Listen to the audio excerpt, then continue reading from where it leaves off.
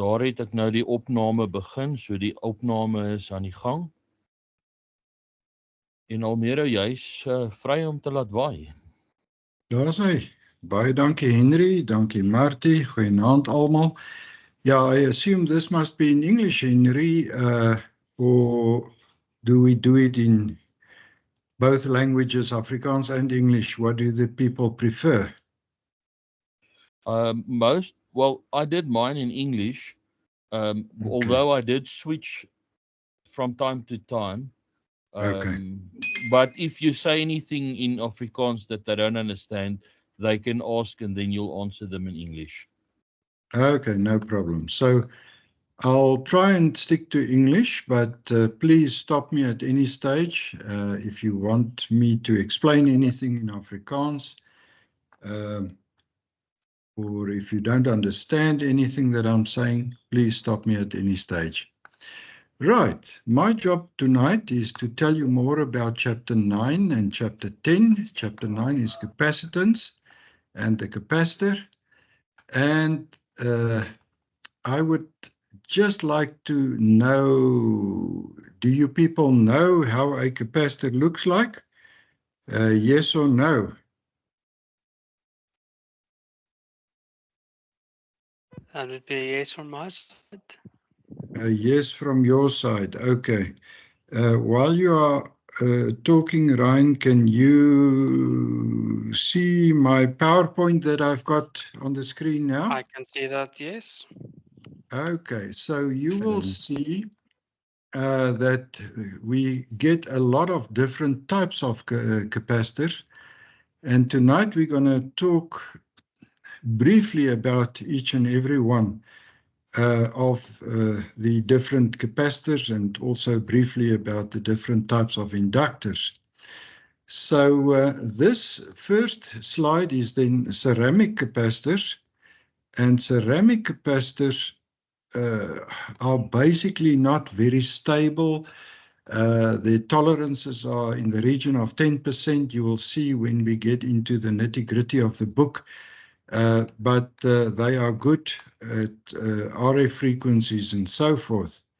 Then the second type of capacitor that we will also quickly talk about is the polycarbonate capacitor. Also, you get them in different colors, different shapes, and different sizes. The next one is the silver mica capacitor, or some people call it silvert mica capacitors, and then electrolytic capacitors. And before I forget it, electrolytic capacitors will always be polarized. You will see a negative symbol on the capacitor, and then the opposite lead or the opposite wire will be positive. Right, so electrolytic capacitors are normally used in DC applications where you've got a fixed positive and negative supply voltage to charge and discharge the capacitor. Then we're going to talk about variable capacitors. Now the ones that you see on the top right-hand side, those ones you adjust with a screwdriver. We also call them sometimes a trimmer capacitor because you trim their value by turning that screw. And basically inside that trim capacitor, it looks the same as this big old tuning capacitor. Now, in the olden days, the radios used these tuning capacitors where those plates actually moved in and out. So the one that's moving is called the rotor, and the one that's standing still is called the stator. And by moving the rotor more deeper into the stator, you increase the capacitance, and by removing it from the stator, you decrease the capacitance. Again, you get variable capacitors in all shapes and sizes. Right, so I think at this stage, that is the types of capacitors that we're going to talk about. And I just want to go back now to my book And please, guys, if you don't see on the screen what I'm talking about, please stop me at any stage.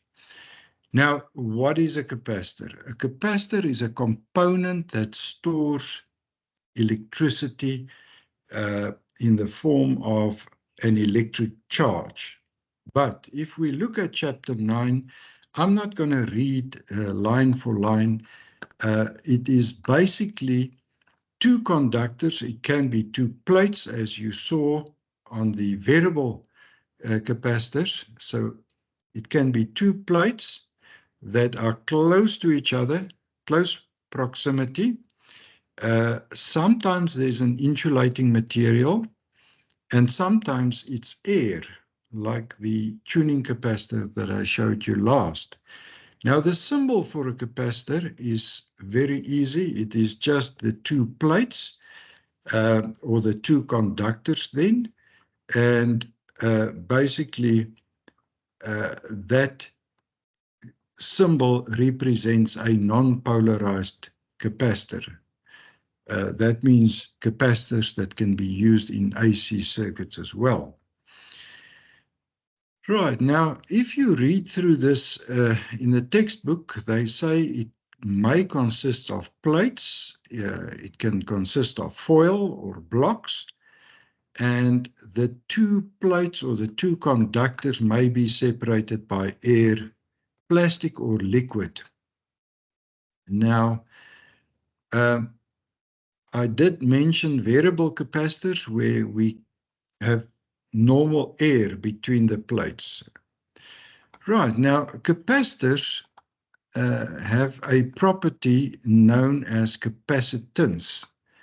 And capacitance is the ability to store energy in an electric field between the plates. Now, if we look at the circuit on the screen now, you can see if we close the switch to the left-hand side, the capacitor will charge positively at the top, okay, because the battery will attract electrons from this top plate of the capacitor, and at the same time, electrons will flow from the negative plate to the bottom, the negative of the battery to the bottom plate of the capacitor, giving you a negative at the bottom and a positive at the top. Now, if we move this switch now from left to right, what's going to happen now? The current is going to flow in the opposite direction, because now, remember, this side is positive, that side is negative. If we move the switch to that side and we look at electron flow, electrons will flow now from the negative plate back to the positive plate until the two plates are back electrically neutral. As I said, I'm not reading every sentence in the book, so please stop me if you think I left out something or if you think I'm talking nonsense. Right. Basically, what I've explained now was this process that they describe here in the book. And you can read through it in detail. If we look then at the capacitance of a capacitor, the capacitance is measured in farad, okay? Now, farad is quite a big amount of charge that will be stored in a capacitor. A 1 farad capacitor will store quite a large charge of electricity, and therefore we rather use the terms microfarad or nanofarad or picofarad. Now, are you guys familiar with milli, micro, nano, pico, femto, atto? Have you done it before in this course or not really? It was in the beginning that we Okay. went through that. Yes. Okay. Just a quick one. On the symbol for the capacitor, don't you get for the polarized one also the one with a straight line and a round, like a circle, like a round curve? Yes, On you the are other end? right. You are right. That is definitely so. And sometimes it's just the two straight lines with a positive at the one end and a negative at the other end. So it depends. Different books will actually use different symbols. But I think if you just Google the IEC symbols and stick to that, you will be more or less correct in that. Okay, can I carry on? I assume I can carry on. So when a capacitor is charged with DC, there is a current flowing towards the capacitor while it's charging. But the moment the voltage or the charge on the capacitor is exactly the same voltage as the supply, DC supply voltage, the current will drop down to zero. Now, again, that is in an ideal world, but in the real world also it drops down to very close to zero, except the small leakage current. So I'm basically now on page 87, and I'm looking at the, what do you call it now?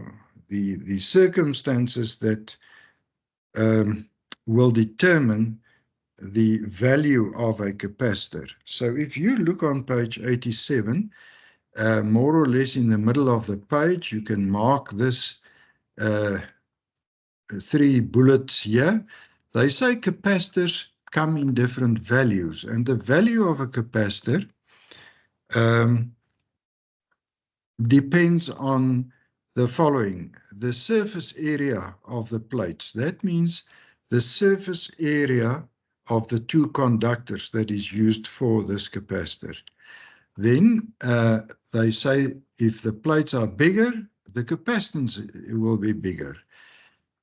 The second thing that will influence the capacity of a capacitor is the distance between the plates. The greater the distance, the lower the capacitance, and the closer they are to each other, the higher the capacitance. And then the dielectric constant.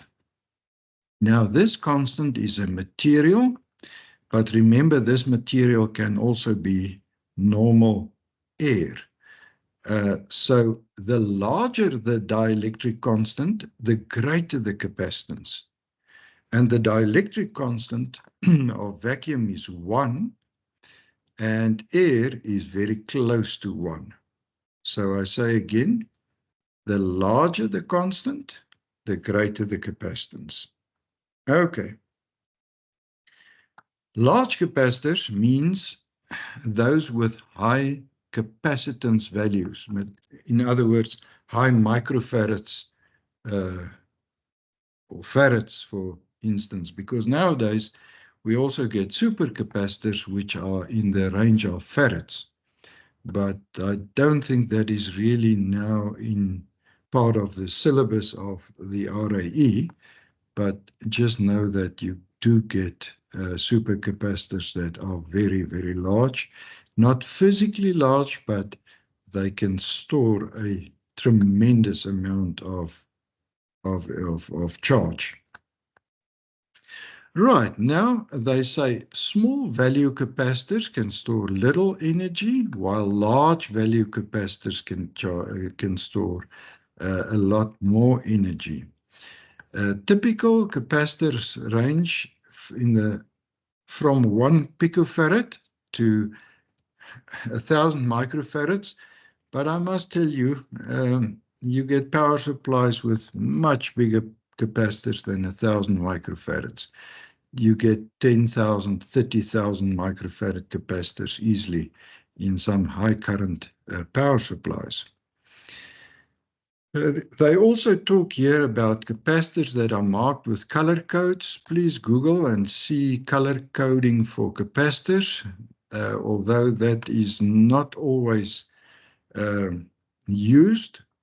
In the older days, they liked to use color coding on capacitors.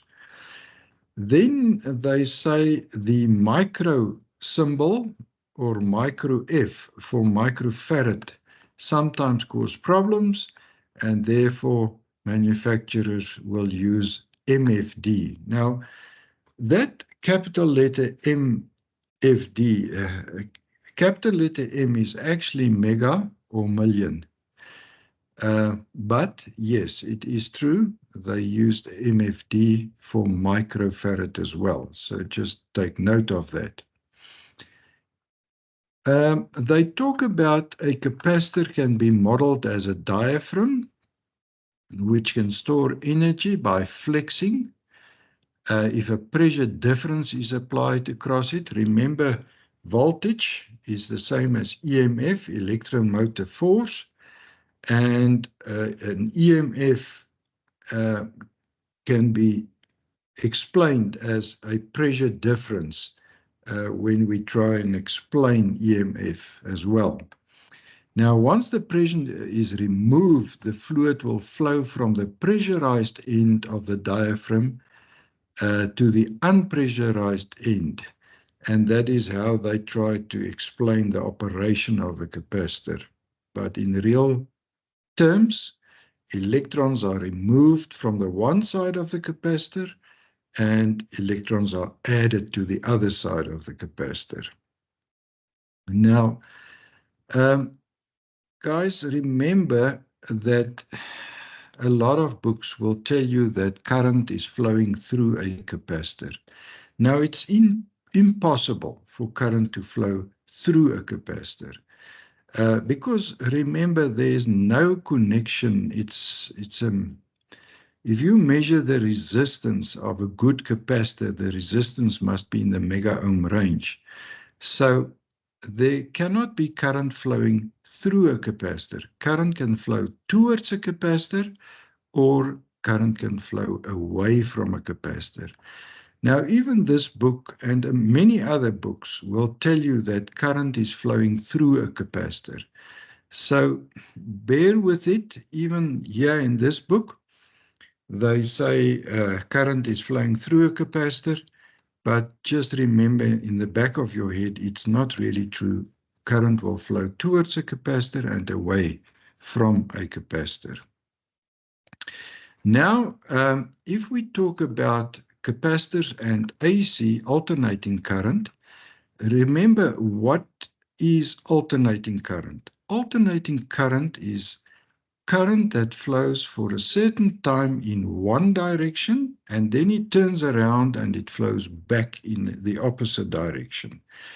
And that is something that a lot of people don't understand about alternating current. But if you know that alternating current flows, if we talk about our normal electricity here at home, for 20 milliseconds, the current flow, let's say from left to right through a conductor, and then the next 20 milliseconds, actually 10 milliseconds, it will flow from right to left, because the total waveform is 20 milliseconds. So for 10 milliseconds, it flows in one direction, and for 10 milliseconds in the opposite direction.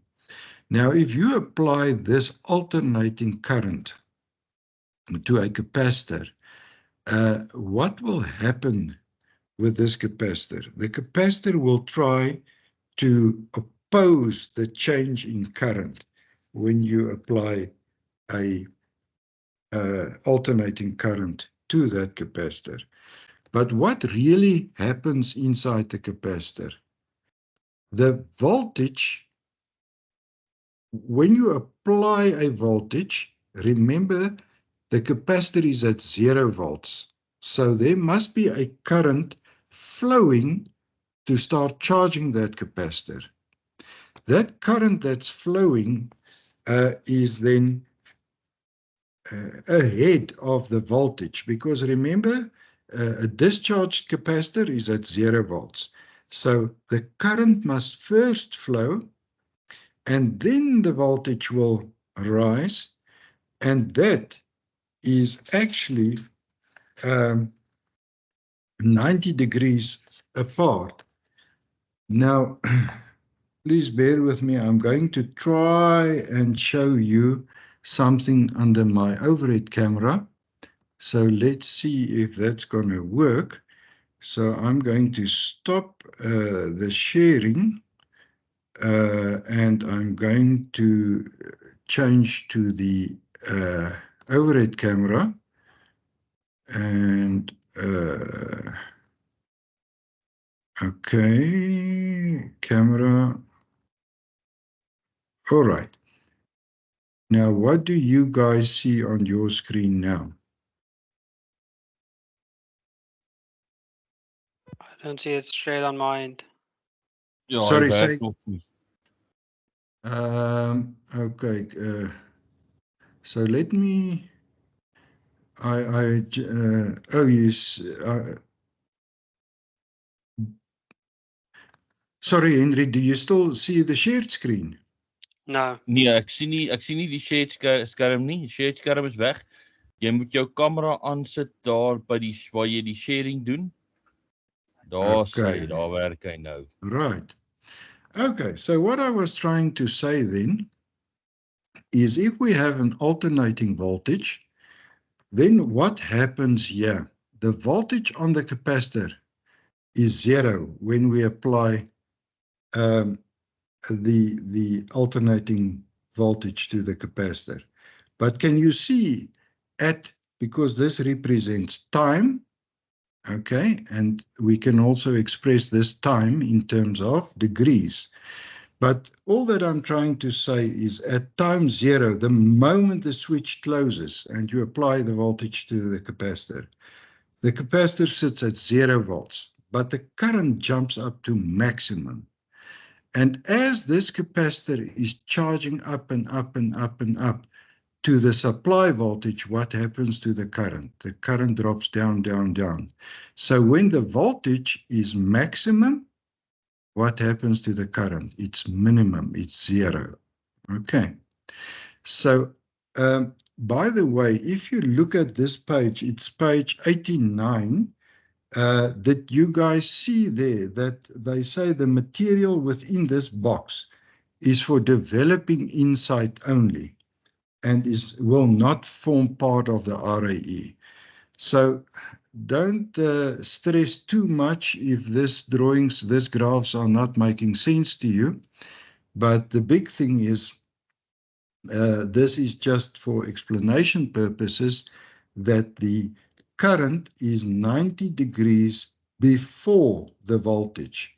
So you see at 90 degrees, the voltage is maximum, but the current already dropped down to 0 amps or milliamps or whatever you use. Okay, so let's see what else I can tell you about this drawing. Now, this opposition of current or opposing of current, and now I'm back on page 69, no, page 96, and I'm at inductive reactance. So, inductive reactance is the AC resistance of a capacitor. I say again, no, man, not inductive, capacitive reactance. Sorry, I'm confused now with the two chapters here. So let me rather share with you this one. No, I mustn't share that. I must try and share this screen here.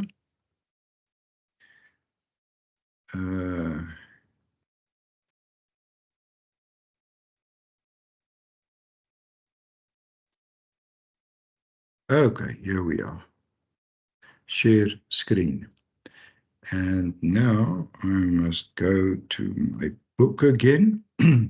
Okay. I assume you can see the screen again, eh? Ja, ek sien die boek. The book. Okay, so what I was trying to say is that capacitive reactance then is the AC resistance of a capacitor. Now, if I say AC resistance, that's not a term which you will find in a lot of books, but that makes more sense to me because AC resistance is actually dependent on the frequency that the alternating current, the applied alternating current will influence the AC resistance. Now remember this formula, XC is 1 over 2 pi FC. So the AC resistance, or I like the word AC resistance, please rather use capacitive reactance. It's the same thing, is measured in ohms, okay? But that ohms is not constant like with a resistor. Remember, with a resistor, the current and the voltage are always in phase. They are running together the whole time with a resistor. With a capacitor, as I explained to you, the current is 90 degrees ahead of the voltage. We say the current is leading by 90 degrees and the voltage is lagging by 90 degrees. So, the capacitive reactance then is the opposition of the current flow. And as I said, we use XC for the C is for capacitance and X is the capacitive reactance or capacitive resistance or AC resistance as I call it. And where XC is the capacitive reactance which is measured in ohms, the frequency is in hertz and the capacitance C is in farad and the abbreviation is F. Now, guys, remember this is 1 over 2 pi FC because 1 divided by 2 pi FC is the same as 1 over 2 pi FC. Now, can you see if we increase this frequency, remember we have 1 over and we increase the bottom side. What's going to happen to XC? Come, tell me quickly. Is it going to increase or is it going to decrease? Decrease, if I count that through. That's correct. That's correct. So, remember 1 is above the line, 2 pi FC is below the line. If we increase the bottom, that becomes bigger, but 1 divided by a bigger number will give us a smaller XC, a smaller capacitive reactance. Okay, and here you can also see it. They say, note the reactance decreases as the frequency increases. And this trend is because capacitors oppose the flow of current less and less as the frequency increases. So in normal terms, we can say the AC resistance of a capacitor decreases as you increase the frequency. Now, Ohm's law is also true for AC circuits and for reactance. Remember, for a capacitor, we talk about capacitive reactance, and for inductors, we talk about inductive reactance. We'll get to that. But you remember the triangle? V is equal to I times R. So if you close I, you will see from that triangle, I is equal to V divided by R. But R for a capacitor is reactance, and we use the X there.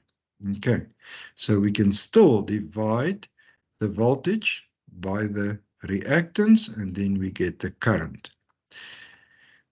Now, basically what they say here is, once we calculate the reactance of the capacitor, we can easily calculate the current, because reactance is also in ohms, as I said, and you will see that only the frequency changes the ohms, the resistance. Yeah, I mustn't say only the frequency, obviously the size of the capacitor as well.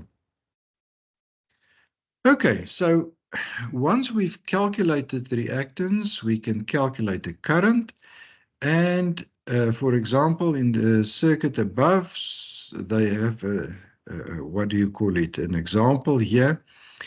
They say, for the example in the circuit above, suppose the voltage is 1 volts, the capacitance of the capacitor is 1 nanofarad, and the frequency is 1 megahertz. Then the reactance of the capacitor will be, and now they just substitute here, the formula is 1 over, or 1 divided by 2f pi fc. So it will be 1 divided by pi. The value of pi is always constant, 3,142. And then the frequency is 1 megahertz. So 1 mega is million. So it is times 1 times 10 to the power of 6 times the capacitor size, the size of the capacitor, or the value of the capacitor, is 10 nanofarads, and nano is 10 to the power minus 9.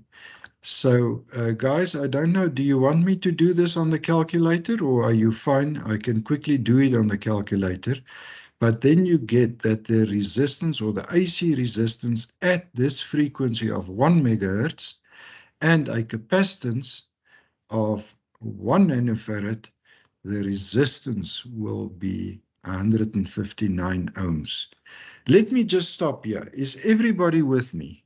Please, let me get more yeses than one person only. Fine. Yes, I'm fine here. You are fine? Okay, everybody is fine. So I don't have to do it with a calculator, but I'm really prepared to do it. So maybe I must just quickly do this one. So if I take the calculator, and I'm going to calculate this part which is below the line. Remember, I said it's 1 divided by that, so I'm going to calculate this part in the brackets first.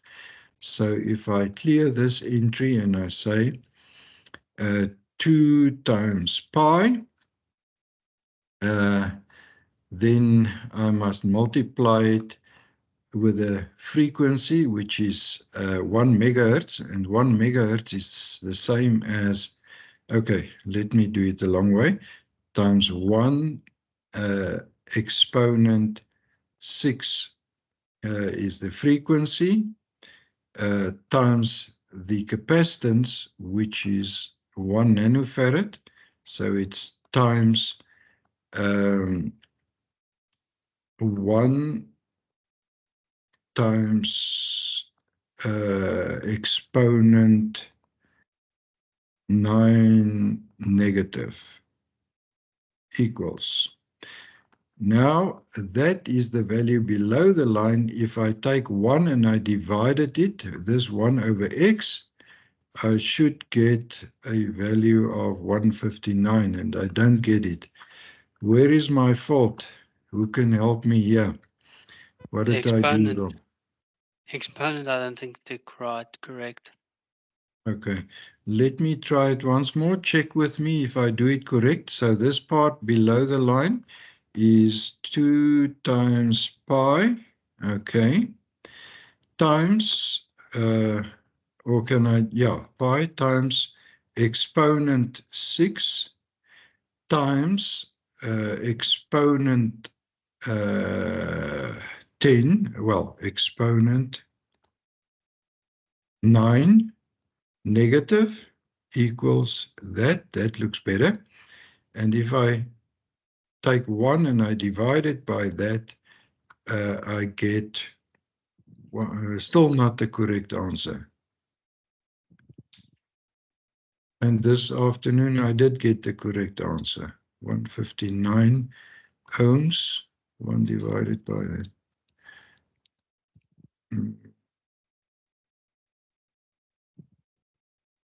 2 pi FC, 2 pi FC. All right. Henry, I would like you to just follow with me and check where my mistake is, if Okay, possible. ek het hom nou net op die calculator gedoen aan my kant en ek werk hom reg uit. Dat ek net my bril kry dat ek kan sien hoe dit aangaan. Okay. Kry jou bril en sê vir my of my stappe reg is. Just check my steps. So below the line, I've got 2 times the value of pi, 3,14, that. Okay. Ja. Now I say times, must I say 1? 1, exponent? ja. 1 exponent 6. Okay. Times. Okay, ek wil net kyk wat joune nee, jy sien, ek dink die eksponent wat jy gebruik, Almero, is verkeerd. Daai is nie die regte ene nie. Ek het hom vanmôre gebruik. Is dit? Ja. Okay, kom ons kyk net gou-gou.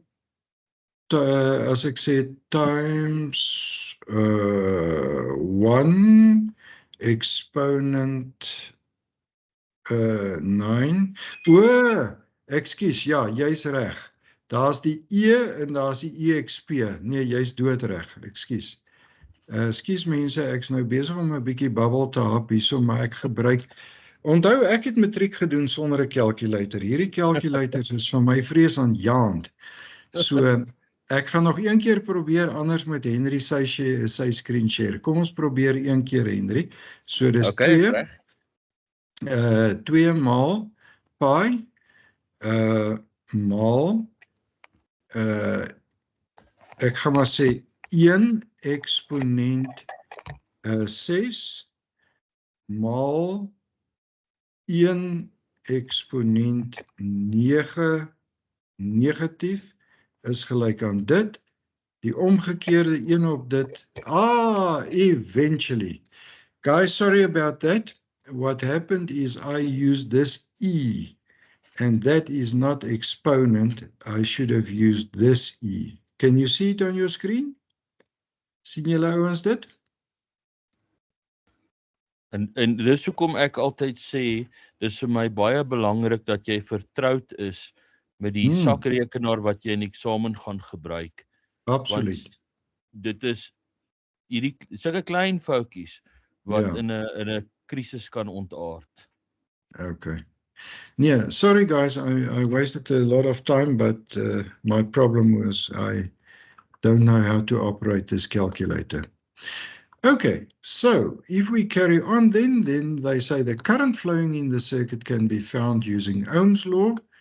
And Ohm's law says I is equal to V divided by R, but we know that R is now XC, and X means the magnitude of X, or what do you call it? Those vertical lines means the absolute value of X. So if X is minus, you don't use the minus, you just use the value of X. So that is the absolute value of X that you use there. So it is 1 volt divided then by the 159 ohms, and that will give you 0,063 amps. If you multiply that with 1,000, you get 6,3 milliamps. I see I'm running slightly behind time. As I said here, the material in this box is for developing insight and will not form part of the RIE. I did mention here that thick black line is the current. And you can see the moment we close the switch, the current jumps up to maximum. As the voltage increases on the capacitor, as the capacitor is charging, the current is decreasing and the voltage is 90 degrees behind the current. So the voltage is lagging the current, or we can say the current is leading the voltage. So I'm not going to go through this. I think I mentioned most of this. Quickly, capacitors in parallel and series. And guys, here you must remember that capacitors, if you compare capacitors and you compare them with resistors, it's just the opposite. In resistors, if you connect resistors in parallel, you use 1 over R total. But with capacitors in parallel, you say C total, your total capacitance in parallel is then the value of the first capacitor plus the value of the second one plus the value of the third one, and so forth. So remember, capacitors and resistors, the formulas are, how can I say, opposite of each other. And then if you take capacitors and you connect them in series we use the same formula basically that we use for resistors, but for resistors in parallel. So capacitors in series then is 1 over C total is 1 over C1 plus 1 over C2, etc. So just make sure you understand that and you know that. Right. I did show you the capacitors right in the beginning. I showed you the ceramic capacitors. Again, guys, you can Google this. Ceramic, they are good for RF applications. Their tolerance is very poor, and don't use them for specific frequency determining elements such as oscillators or filters. They are available in values from 100 picofarad to 100 nanofarad, and the voltage rating can be up as high as 15 kilovolts, 15,000 volts.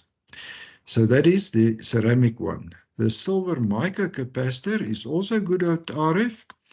Tolerance is much better. It's within 1% of the value of the capacitor. They are quite expensive, and the values that you get them are fairly small, 1 picofarad to 100 nanofarads. Polycarbonate capacitors, they are more suitable when you want higher value capacitors for AC circuits. 5% typical, tolerance, and the values are between 10 nanofarads and 10 microfarads. Again, I don't really think they can ask you the tolerances, but they can maybe ask you, where do you use a specific type of capacitor? If we look at electrolytic capacitors, they are usually aluminium foil as the one plate and sometimes a conductive fluid as the other one. They say the insulating dielectric is a very thin chemical layer that is deposited on the metal film, and electrolytic capacitors can be very high values up to 100 farads. Now those are the supercapacitors that I was talking about. But most of them are polarized, and that means one of the terminals must always be positive with respect to the other terminal that's negative. And this limitation makes them only suited for DC applications, like power supplies. Right, then variable capacitors, I did show you the picture of the variable capacitor. I did tell you about the rotor that rotates, the fixed plates, the stator, and then the plates are moving, the rotor plates are moving into the stator plates. And the more they overlap, the bigger the capacitance.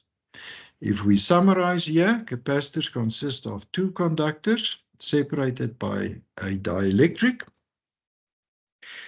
They have a property known as capacitance, which is the ability to store energy in an electric field between the conductors, and the energy is stored when the capacitor is charged, and that energy is then released when it's discharged.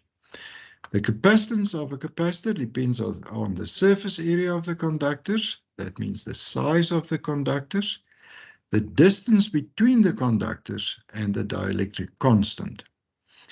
In an AC circuit, capacitors exhibit reactance, in brackets AC resistance, which opposes the flow of current. Although reactance is measured in ohm, it is not the same as resistance because a capacitor doesn't dissipate energy. The resistance or reactance then, XC of a capacitor, is the formula 1 divided by 2 pi Fc, and Ohm's law can be applied to use the magnitude in the place of resistance. Okay, I did talk about capacitors in parallel, capacitors in series. So in parallel, we just add them together. In series, it's 1 over capacitor 1 plus 1 over capacitor 2 plus 1 over capacitor 3. I say once again, the formulas for capacitors and resistors are opposite of each other. But when we get to inductors, you will see it's the same. Resistance formulas is the same as the reactance formulas. Right, we do the review questions quickly. The review questions, guys, I don't want only one person to answer, so let's run through this quickly. The phase shift between voltage and current in a capacitor, I've mentioned it a few times. Who can tell me who's AH?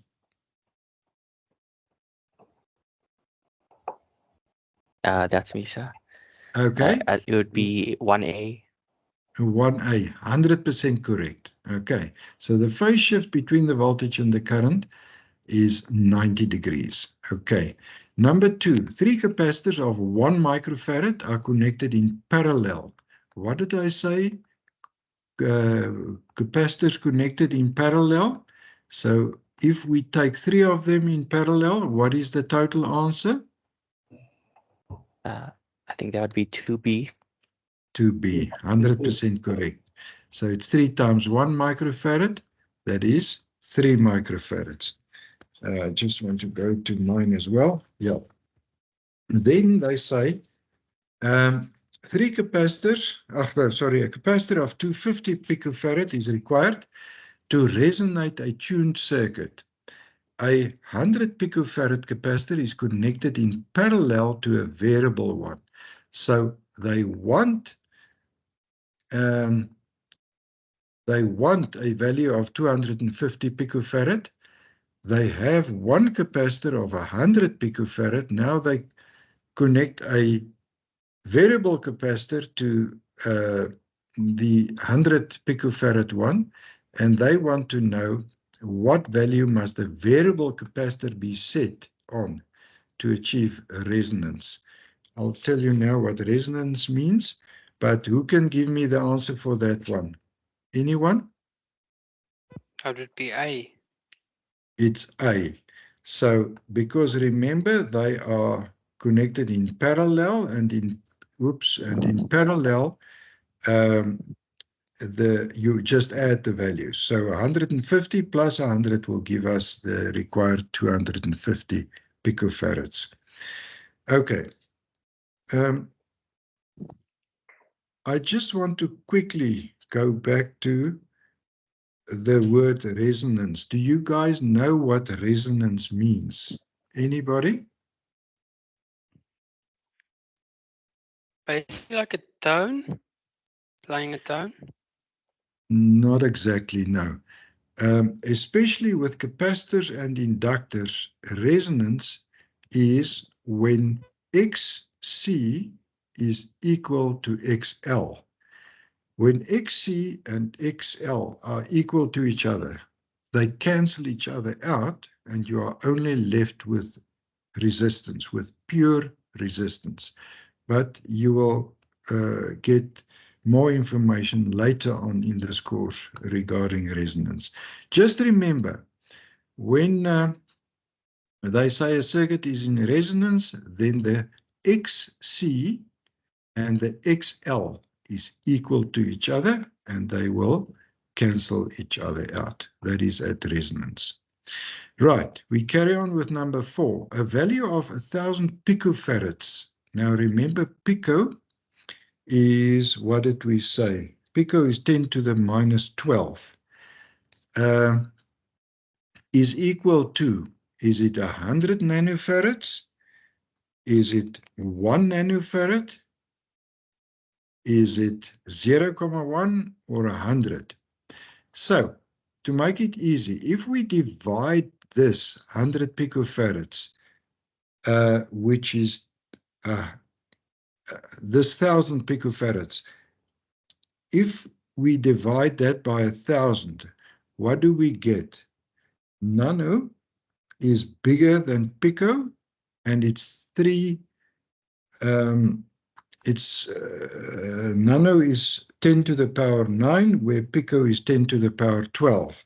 So the correct answer will be 4B. Am I right? Correct. Happy with that?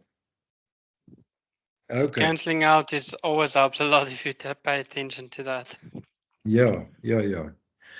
Okay, the energy in a charge capacitor is stored in, is it the voltage across the terminals, the current flowing, the electric field between the plates, or in a form of magnetism? The answer is, help me. C. It's C. The energy is stored in the electric field between the plates, and that you will see in the notes. Okay, number 6. The unit of capacitance is called, it must be A, farad. All right. What is the total capacitance of 2 similar capacitors connected in parallel? So just think about it. The 2 capacitors are connected in parallel. Let's say they are 10 microfarads and 10 microfarads. What will happen if they are connected in parallel?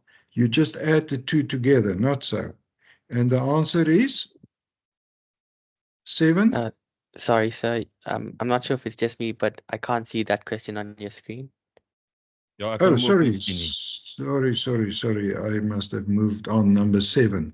Sorry. Thank you. What is the total capacitance of 2 similar capacitors in parallel? Remember, in parallel, you just add the values.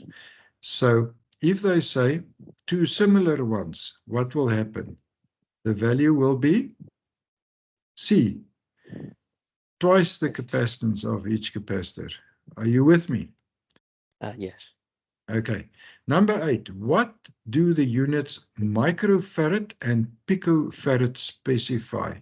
Does it specify inductance, capacitance, resistance, or current? I've told you a lot of times it is the capacitance. It's the microfarad. B. Right. 9. As the plate area of a capacitor increases, I've said this a couple of times, what will happen to the capacitance? It will increase as well. 9B. Right, number 10. Which of the factors below would not influence the value of the capacitor? Which of the factors will not influence it? The area, that will influence it. The distance between will influence it. The voltage rating, no. But the dielectric constant, yes. So the correct answer is 10C, would not influence the capacitance. Stop me if you don't agree, eh? Number 11. The magnitude of the resistance of a capacitor remains constant with a changing frequency. That's not true. It will increase with an increased frequency. That's not true. We did talk about it. It will decrease with an increase in frequency because XC is equal to 1 divided by 2 pi FC. So if F, that's below the line, increase, the value of XC will decrease. So it is 11C. Number 12. The capacitive reactance of a 16 microfarad 40 volt electrolytic capacitor to a signal of 100 hertz. Now we must calculate it, the capacitive reactance. So it is 1 over 2 pi FC. Guys, can I quickly ask you to do it? I'm going to do it as well on the calculator, but we are running very late already. It's almost 4 minutes to 8. So the value, if you work out XC over 2 is equal to 1 over 2 pi FC, you will get the value of 100 ohms. Do you agree with me? 12D. Do you agree? Silence. Is somebody calculating it? Ja, Right? ek is besig. Okay. So 12D should be the correct answer.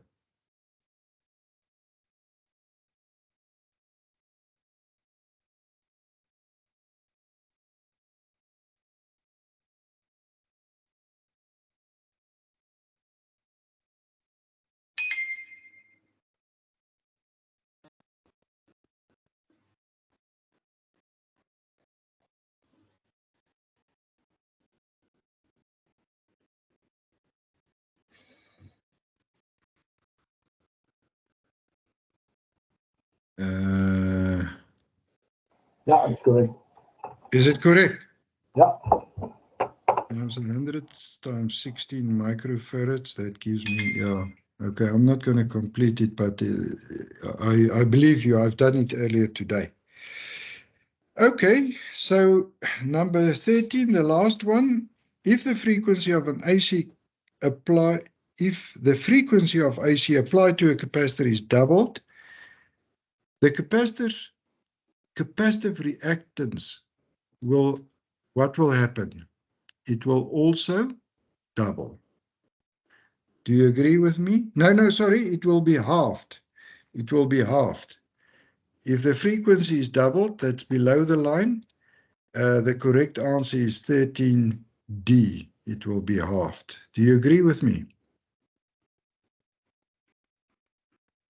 You can take the same calculation for this one and just increase the frequency from 100 hertz to 200 hertz, and you will see it will be half. So XC will be halved. 13D is the correct answer. Please check me, but I'm very positive that that is the correct answer. Guys, sorry, I'm running very far behind time, but I'll try and finish this a bit quicker. Now, inductors, chapter 10, and this is on page 94. I'm going to explain that to you in a second.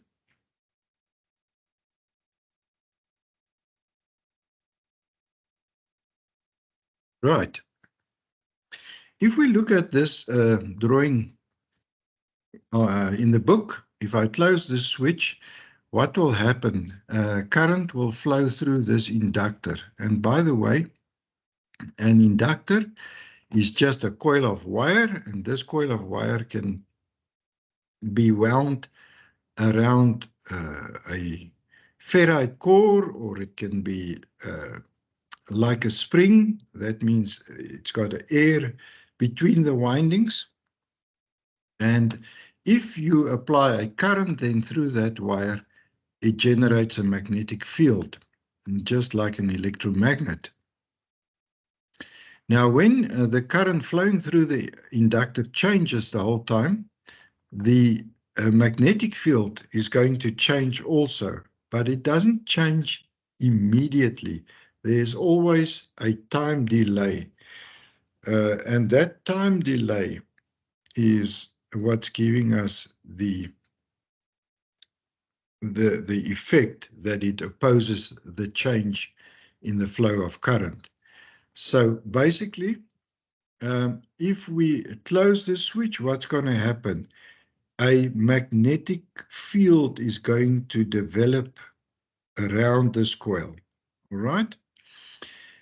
And the moment that I open the switch, this magnetic field must collapse. That means the magnetic flux will cut through those windings of this coil of wire. And those magnetic flux that cuts through the windings of that coil will cause then a back EMF or a back voltage in the opposite, and current will be flowing in the opposite direction. So from these two arrows, you can see when we close the switch, current will flow in one direction, depending if you talk about electron flow or conventional flow. So this one shows conventional flow. Current will flow through the coil, and the magnetic flux will build up around this coil or this inductor.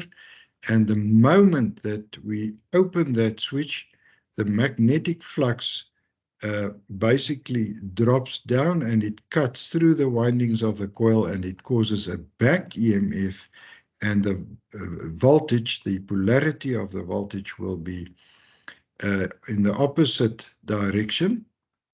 So the current will also be in the opposite direction. I already told you about this back EMF. Now remember, if you look at this circuit, this coil of wire has got a resistance as well, a DC resistance. And that DC resistance will determine the current that's flowing there once the magnetic flux has been built up. But theoretically, that current must drop down to zero once the magnetic flux is built up. Now, if we look at the old cars, the ignition system of the old cars, you had points, okay? So the points closed, the magnetic flux built up around the inductor, around the coil of wire. And when the points open, the back EMF, as I said, the magnetic flux that's cutting through the turns of the coil will give us then a spark. And that is how some of the old ignition systems worked of the motor cars. Now, what determines the value of an inductor? The value of an inductor is measured in henries, okay, and it's got nothing to do with Henry that is organizing the RAE. So the value of an inductor is measured in henries, and we use H, the abbreviation H, but a henry is a very big value of inductance. So we talk of microhenries or millihenries. Now, the value of an inductor depends on the following physical characteristics: the number of turns. The more turns, the more inductance. The coil diameter, the larger the diameter, the more inductance.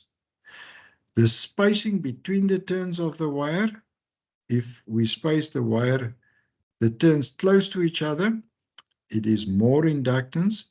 But if we stretch a spring out, a coil, if we stretch a coil out, it will have less inductance. And then lastly, the permeability of the core. And the permeability of the core affects the strength of the magnetic field that will be caused by a current flowing through the inductor.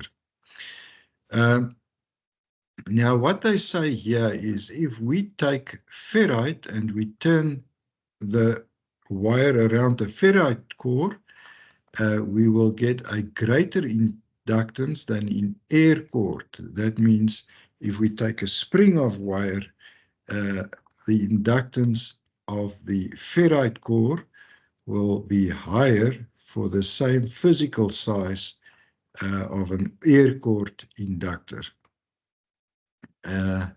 Right, now they also tell you that air core inductors can be wound with stiff wire, in which case they can be self-supporting, or you can use a plastic former to turn the wire around, to wound the wire around.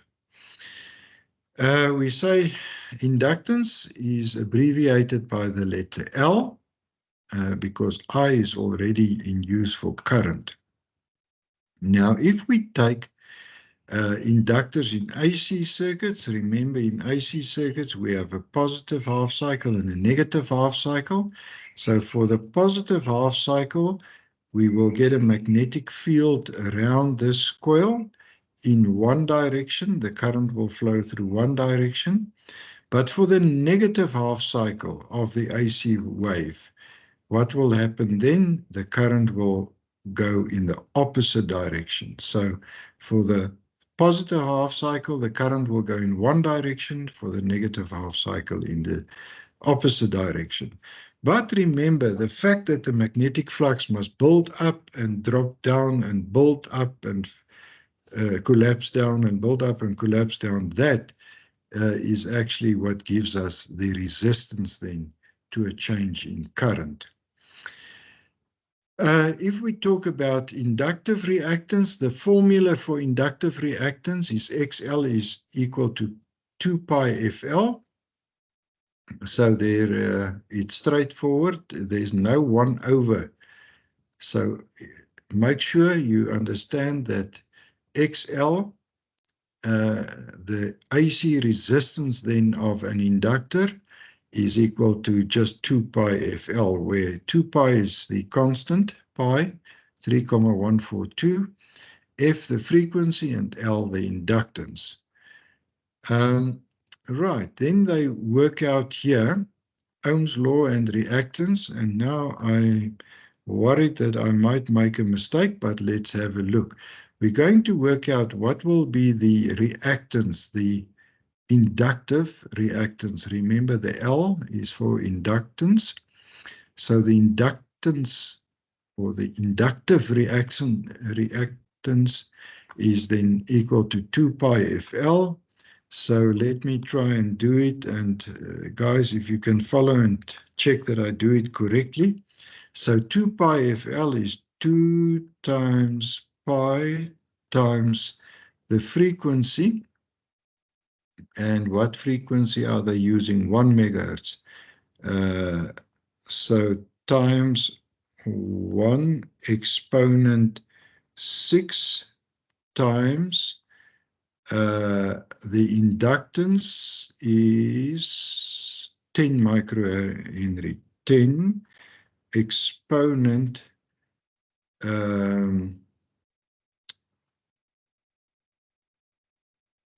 microhenry.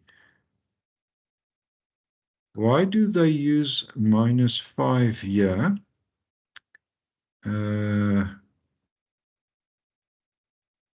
10 to the power -5 Henry, because microhenry must be 10 Henry.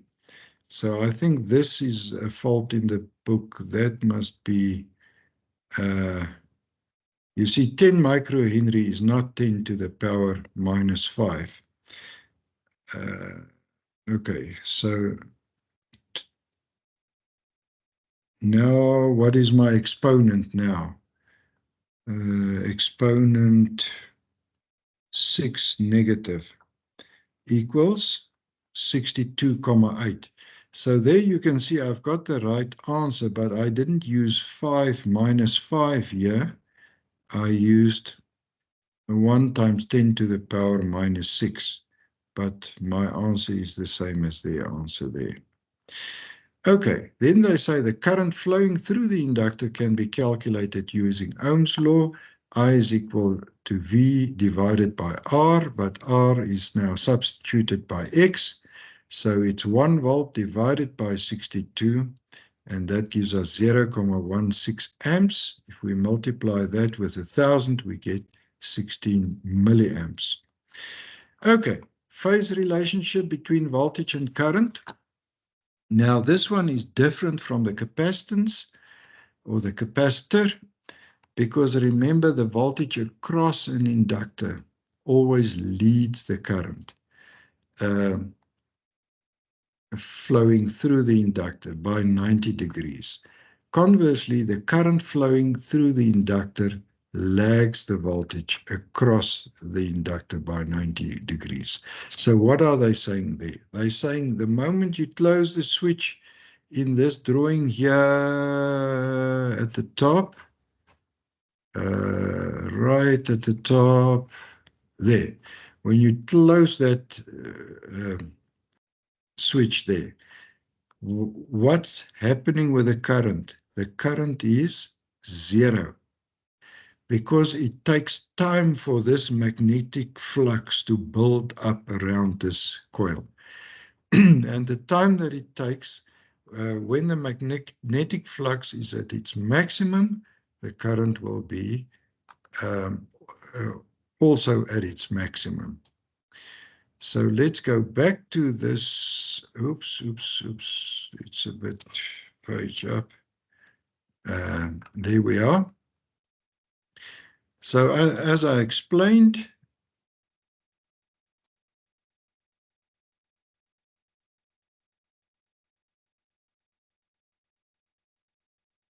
now I lost my place now. I'm still with capacitors, page.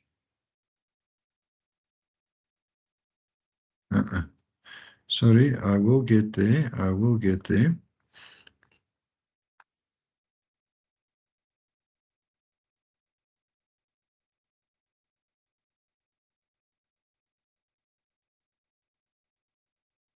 Guys, I'm looking for page 97. Here we are.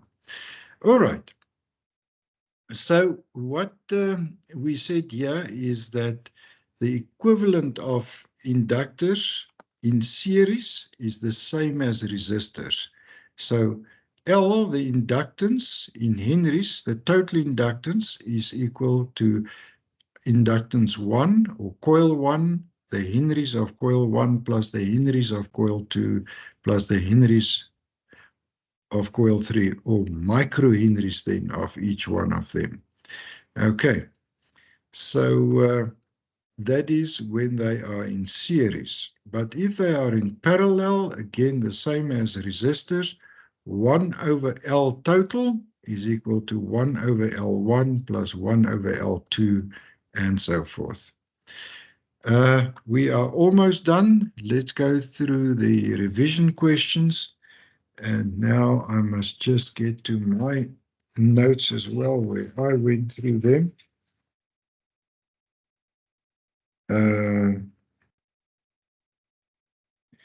Right, question 1. The characteristic back EMF which a collapsing magnetic field causes in a coil is called what? Who can tell me? Is it mutual inductance, self-inductance, magnetic flux, or the solenoid effect? Who can tell me? It's right in the beginning of the chapter. We're right in the beginning. It's actually the 6th line, 1, 2, 3, 4, 5th line from the beginning of the chapter. It is called self-inductance. So when the magnetic flux collapse, that magnetic field causes a back EMF in a coil, and that is called self-inductance. So question 1 is B. Question 2, what is the unit of inductance? The unit is not Coulomb, Farad, or Ohm, but of inductance, it is Henry. Okay, that means 2A. Guys, stop me if you don't agree. A small air core coil has an inductance of 5 microhenry. What do you have to do if you want a 5 millihenry coil with the same physical dimensions? So they say an air core inductance has got an inductance of 5 microhenries. You want to use the same physical dimensions, but you want to increase the value of that inductance to 5 millihenries. What must you do? Come, give me an answer quickly. I've said this as well. What must we do? Must we do it on a non-conducting tube? Must it be wound on a ferrite core? Must both ends of the coil be brought around to form the shape of a donut or a toroid? Or what must we do? The coil must be made of heavier, thicker wire. Which answer is correct? Number 3, which one? B with the Farad core. That's correct. If we take the same coil, but we put a ferrite core in the center, we will increase the value of that coil. Number 4, for radio frequency power applications, which type of inductor would you get the least amount of loss? So for radio Let's just scroll frequency, it down. so, must I scroll down? Number 4. Sorry? Okay, so they say for radio frequency applications, which type of inductor must we use to get the least amount of loss? I also mentioned that ferrite will introduce a lot of loss. So what will not introduce a lot of loss? C, an air core. So an air core is the best at radio frequencies. Your amount of loss is the least. So it's 4C. Number 5. In an inductive circuit, the alternating current produced in relation to the applied EMF is. Now, I also mentioned that. So the current in relation to the voltage, what is the correct answer? Is the current lagging by 90 degrees? Is it 180 degrees out of phase? Is it leading by 90 degrees, or is it in phase?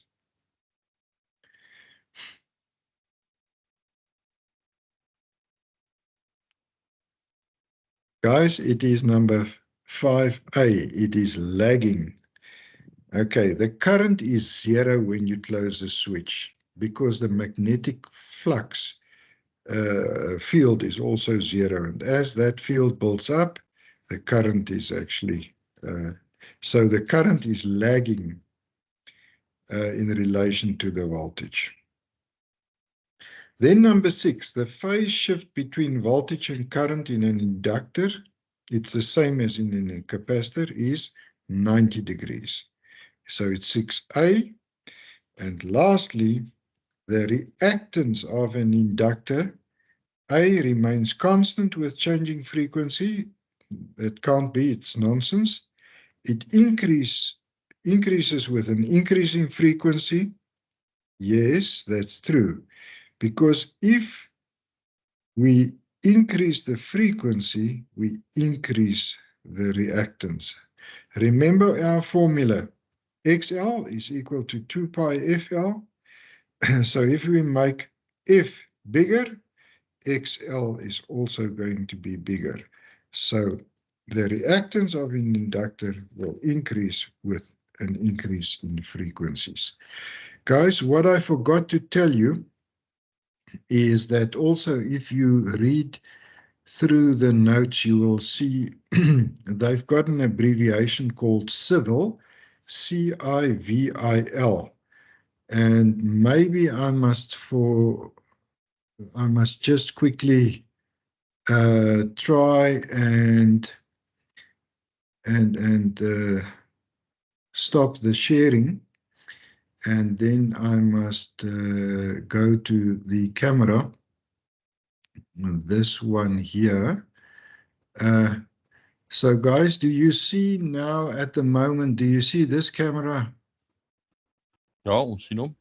Okay, so what I forgot to mention is the abbreviation CIVIL, C-I-V-I-L.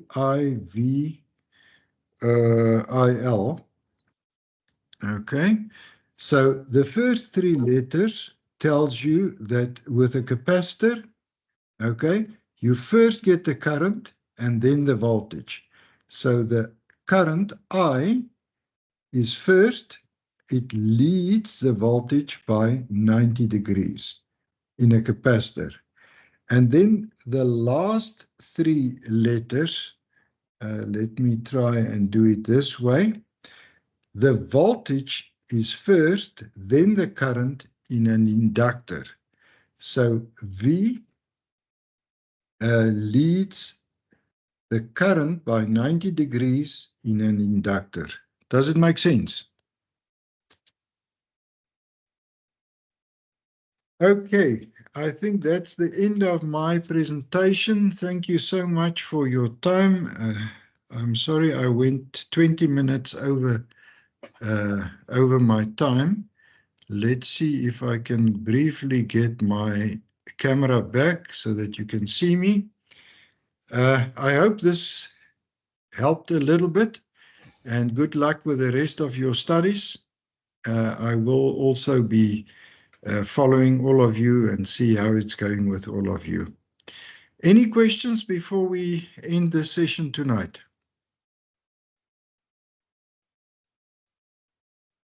Nobody? No questions? Ek wil dalk net gou genoem dat as enige een van die studente, if any one of the students have a problem doing any of these calculations on your calculator, please contact me. I will help you to get your calculator to do the math correctly or show you how to do it on your calculator. So contact me via cell phone or message or whatever, and then we'll arrange a time and we'll make a plan to make you understand, or make you understand your calculator so that you can do any one of the calculations, even in other chapters as well. Yeah, no, thank you, Henry. And you know what? I normally use, I do calculations from my head, because if you have minus 10 to the power 6 and plus 10 to the power 5, you just subtract the 2. For me, it's much easier that way. I never use the actual calculator on the computer, but obviously, yeah, you must be able to use that. Okay, any other comments, or can we close? Can we end the session for tonight?